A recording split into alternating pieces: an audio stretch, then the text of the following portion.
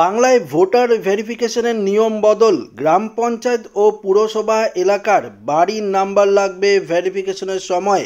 এইমাত্র বিএলওদের কড়া নির্দেশ দিল নির্বাচন কমিশন। তো বন্ধুরা, নির্বাচন কমিশনারের তরফ থেকে বিএলওদের কি নির্দেশ দেওয়া হয়েছে এই ভিডিওটিতে আপনাদেরকে একদম ডিটেলসেই জানিয়ে দেব।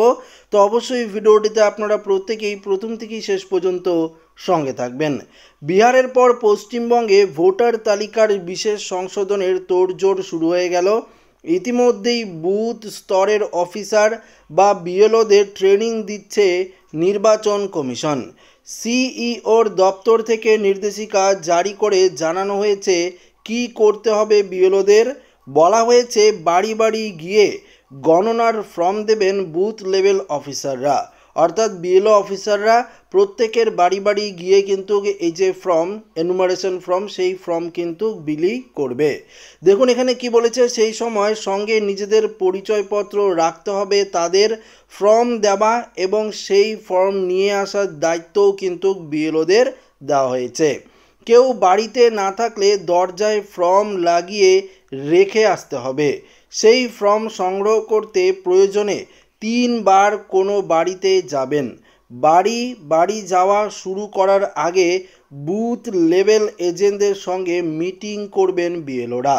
বুঝতেই পারলেন যে এবার কিন্তু বাড়ি বাড়ি গিয়ে ফর্ম বিলি করবে বিএলও অফিসাররা, এবং আপনার বাড়িতে কোনো রকম যদি লোক না থাকে তাহলেও কিন্তু ফর্ম রেখে আসবে। দরকার পড়লে 3 থেকে 4 বার পর্যন্ত আপনার বাড়িতে গিয়ে এই ফর্ম কিন্তু ফিল আপ করবে বিএলও অফিসাররা, এবং ফিল আপ করে সমস্ত কিছু ডকুমেন্টস কিন্তু চাইবে। তো বুঝতেই পারলেন কি নির্দেশ দেওয়া হয়েছে। পাশাপাশি বিহারে ইতিমধ্যেই ভোটার তালিকার বিশেষ সংশোধনে 65 লক্ষ নাম কিন্তু বাদ গিয়েছে। আগামী বছর বিধানসভা নির্বাচনের আগে পশ্চিমবঙ্গেও একই কাজে হাত দিচ্ছে কমিশন। সেই মর্মে বিএলওদের কাছে নির্দেশিকা পৌঁছে গিয়েছে। সেই নির্দেশিকায় বলা হয়েছে বাড়ি বাড়ি এনুমারেশন ফর্ম পৌঁছে দিতে হবে বিএলওদের। বাড়ির প্রত্যেক সদস্যকে ফর্ম দিতে হবে। বাড়িতে লোক না থাকলে ফর্ম বাড়িতে পৌঁছে দিতে এবং সংগ্রহ করতে 3 থেকে 4 বার পর্যন্ত যেতে হবে তাদের। এই গোটা সময় নিজেদের পরিচয়পত্র অবশ্যই আপনাদের সঙ্গে রাখতে হবে। পাশাপাশি ভোটার তালিকার বিশেষ সংশোধন কিন্তু শুরু হলে বিভিন্ন দলের যে এজেন্ট রয়েছে বুথ স্তরে তাদের সঙ্গে বৈঠক করতে হবে বিএলওদের।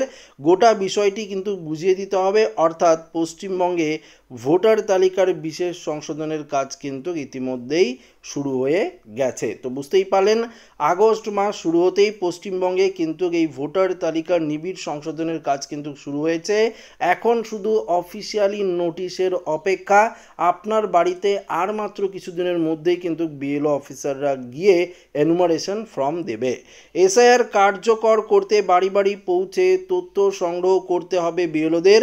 কোনো বাড়িতে, অর্থাৎ কোনো বাড়িতে কতজন সদস্য রয়েছে, কে মৃত রয়েছে, কে অন্যত্র থাকেন, সমস্ত কিছু নথি কিন্তু সংগ্রহ করতে হবে। প্রত্যেক বাড়িতে দিতে হবে এসআইআর সংক্রান্ত ফর্ম। নির্দিষ্ট সময়ের পরে সেই ফর্ম সংগ্রহ করতে হবে এবং তা নির্বাচন কমিশনকে কিন্তু জমা দিতে হবে। এটাই হচ্ছে বিএলওদের কাজ। এবার আপনাদেরকে একটি গুরুত্বপূর্ণ আপডেট দিয়ে দিই। ভোটার তালিকার সংশোধনের যে ফর্ম দেওয়া হবে তাতে ভোটারের ইপিক নাম্বার থাকবে, ভোটার কার্ডের যে ছবি সেটা কিন্তু থাকবে বাম দিকে, পাশাপাশি ডান দিকে বর্তমান সময়ে নিজেদের ছবি কিন্তু বসাতে হবে। ফর্মটি পূরণ করে 11টি নথির মধ্যে যে কোনো একটি নথি আপনাদের দিতে হবে। সেটি পাসপোর্ট সাইজের হতে পারে, সঙ্গে জন্ম শংসাপত্র কিন্তু আপনাদের দিতে হতে পারে। যদি দেখুন এখানে কি বলেছে, 2002 সালের আগের ভোটার যদি হন কেউ তাহলে তার কোনো নথি দিতে হবে না। তারপরে হলে নথি কিন্তু অবশ্যই আপনাদেরকে দিতে হবে। 11টি নথি বিহারের ক্ষেত্রে প্রযোজ্য করা হয়েছে, আমাদের পশ্চিমবঙ্গের ক্ষেত্রেও হবে। সেই সমস্ত নথি আপনাদের দিতে হবে। তবে পশ্চিমবঙ্গে কবে থেকে ভোটার তালিকা সংশোধন কাজ শুরু হবে তা এখনও পর্যন্ত কিন্তু জানায়নি, তবে প্রস্তুতি কিন্তু চরম পর্যায়ে রয়েছে, অর্থাৎ প্রস্তুতি কিন্তু শুরু হয়ে গেছে। অন্যদিকে পুর নিগম, দেখুন এখানে পরিষ্কার বলে দিয়েছে যে পুর নিগম বা পুরসভা এলাকায় বাড়ির হোল্ডিং নাম্বার থাকলেও পঞ্চায়েত এলাকার অনেক ক্ষেত্রেই বাড়ির কিন্তু যে ফোন নাম্বার সেটাও কিন্তু থাকে না। অর্থাৎ পুরসভা এলাকায় বাড়ির যে হোল্ডিং নাম্বার সেটা অনেক ক্ষেত্রে থাকে, গ্রামীণ অঞ্চলে পঞ্চায়েত এলাকায় সেই বাড়ির হোল্ডিং নাম্বার থাকে না, পাশাপাশি অনেক ক্ষেত্রে ফোন নাম্বারও কিন্তু থাকে না।